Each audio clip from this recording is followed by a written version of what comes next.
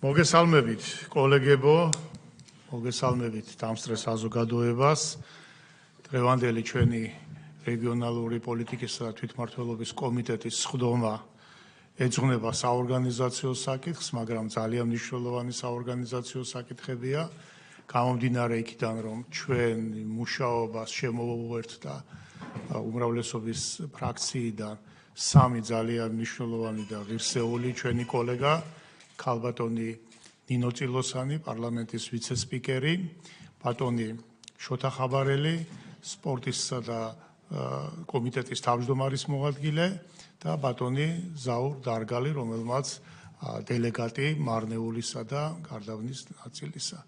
ეს ძალიან მნიშვნელოვანი არის, იმიტომ რომ ჩვენმა კომიტეტმა სრულყოფილი მუშაობა გაწიოს და მე დარწმუნებული ვარ, რომ განსაკუთრებით ქალბატონ ნინოს შემოერთებითაც ჩვენ გვექნება, ასე ვთქვათ, უფრო მეტი ავტორიტეტი, მათ შორის, როდესაც გვექნება იგივე გასვლითი სხდომები, სადაც რეგიონებთან მიმართებაში იქნება საინტერესო საკითხები, ის რაც მუნიციპალიტეტის დონეზე ხალხისათვის მნიშვნელოვანია, დაწყებული განათლებით, დამთავრებული ინფრასტრუქტურით, სოციალური საკითხებით, ყველა ამ საკითხებში, რა თქმა უნდა, ყველა თქვენთაგანის მონაწილეობა არის ძალიან მნიშვნელოვანი.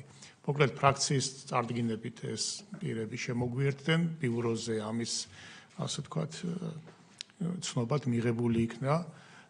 ბატონი ლადო ბოჟაძე ფრაქციის გადაწყვეტილებით გადაყვანილი იქნა სხვა კომიტეტში, საჭიროება ესეთი იყო, მაგრამ ლადო არ გვტოვებს ჩვენ, ასე ვთქვათ, ყოველთვის ჩვენთან ერთად იქნება და როგორც პარლამენტის წევრს შეუძლია სათათბირო ხმით მონაწილეობა მიიღოს ჩვენი კომიტეტის მუშაობაში ყველა მიმართულებით და მოკლედ ამ კუთხითაც დიდი დანაკლისი რო იტყვიან შინაარსობრივად არ აქვს. კიდევ ერთი საკითხი არის, თქვენ მოგეხსენებათ, რომ შეიქმნა პოლიტიკური ჯგუფი ევროპული სოციალისტების, ამ პოლიტიკური ჯგუფის წევრი გახდა ბატონი ნიკა ელისაშვილი, ანუ ეს უკვე ოპოზიციის კვოტაში მოიაზრება და ამანაც განაპირობა, ერთ-ერთი განმაპირობებელი პირობა იყო, რომ ნიკა როგორც მოადგილე უკვე უმრავლესობის მხრიდან ვეღარ იქნება და ის არის ამ შემთხვევაში ოპოზიციის კვოტით. თუმცა ოპოზიციის კვოტითაც მოადგილეთ ვერ ავირჩევთ, იქიდან გამომდინარე, რომ ის თავის ახალ პოლიტიკურ ჯგუფში არის თავმჯდომარის მოადგილე, ამიტომ რეგლამენტი აქვს ზღუდავს, ასე რომ ოპოზიციის კვოტით ჩვენ ერთი მოადგილის ადგილი გვაქვს თავისუფალი. ვერც ბატონ დიმიტრის ვერ შევთავაზებთ, იმიტომ ის თავისი პოლიტიკური ჯგუფის თავმჯდომარე გახლავთ. მაგრამ ჩვენ გამოგვინთავისუფლდა ერთი, ასე ვთქვათ, მოადგილის პოზიცია უმრავლესობის კვოტიდან გამომდინარე და ფრაქციასთან მსჯელობის შემდეგ გადაწყვეტილება იქნა მიღებული, რომ ბატონი ანზორ ბოლქვაძე, რომელიც არის ჩვენი კომიტეტის წევრი, რომელიც გახლავთ დელეგატი აჭარიდან და რომელსაც აქვს ხანგრძლივი გამოცდილება და დიდი გამოცდილება პარლამენტში მუშაობისა, ამ კომიტეტში მუშაობისა და ის იქნა წარმოდგენილი ამ შემთხვევაში კანდიდატად მოადგილეთ. გთხოვთ ახლა კენჭი უყაროთ, რომ ბატონი ანზორი ავირჩიოთ მოადგილეთ. ვინ არის მომხრე?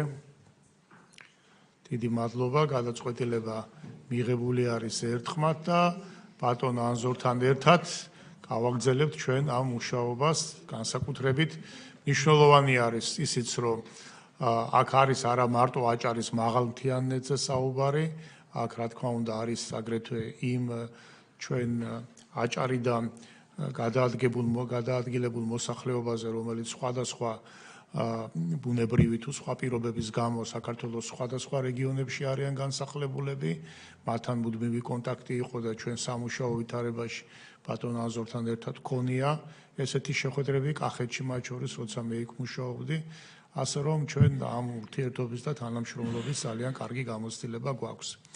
ეხლა რამოდენიმე სიტყვით მაინც კიდევ სანამ თქვენც მოგცემდით, ვისაც სურვილი გექნებათ სიტყვას, გეტყვით იმას, რომ ჩვენ რამოდენიმე შეხვედრა ჩავატარეთ აქ, ჩვენი ძირითადი პროფილური სამინისტრო მაინც არის ინფრასტრუქტურისა და რეგიონალური პოლიტიკის სამინისტრო.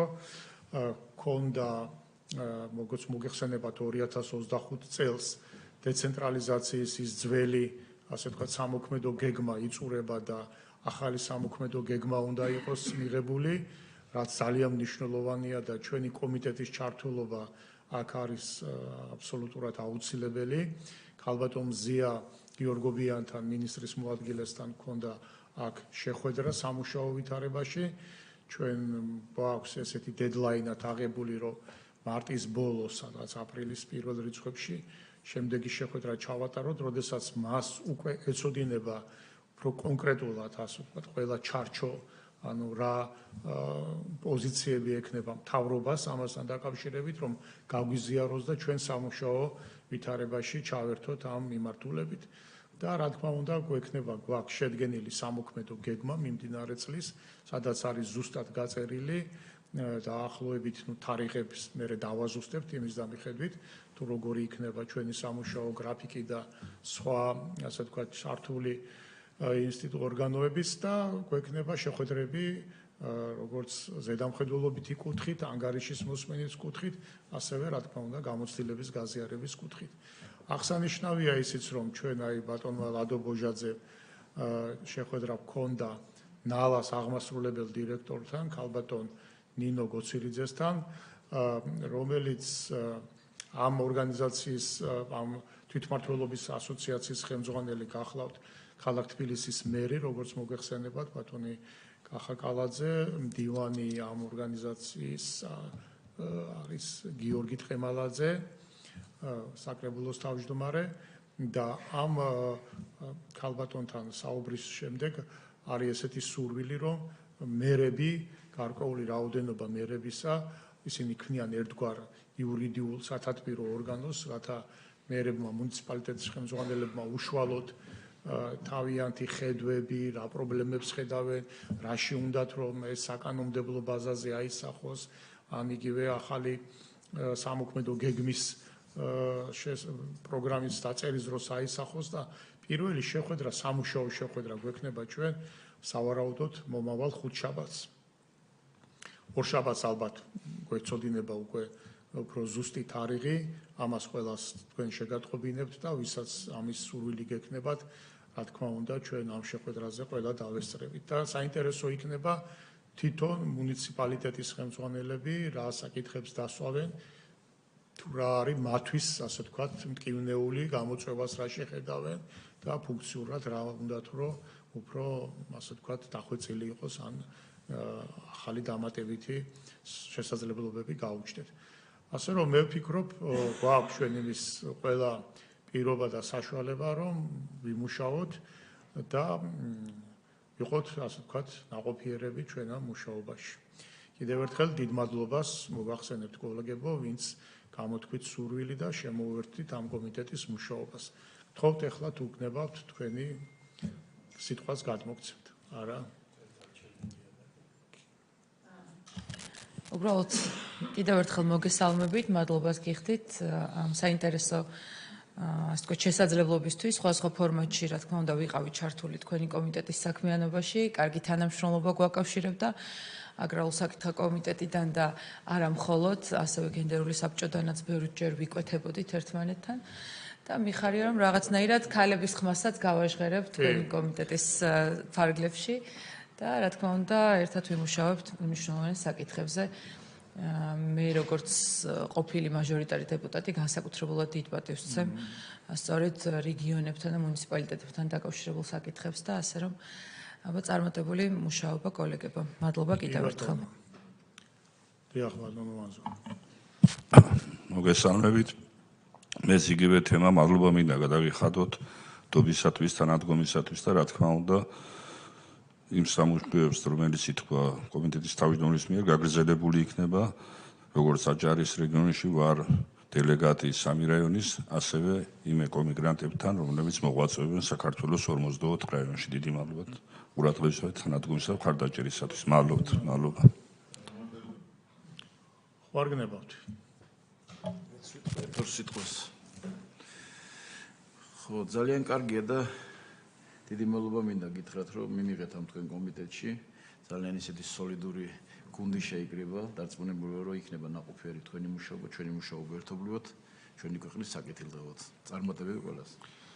დიდი მადლობა კიდევ ერთხელ. მოკლედ გარშემო ქალბატონების რაოდენობა ძალიან კარგად და წარმოდგენილი და ეხლა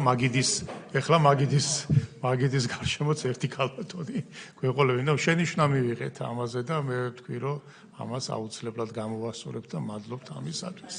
კი ბატონო. კომიტეტმა განსახილველი საკითხი განიხილა, დღის წესრიგით ეს საკითხი იდგა ამოწურულია.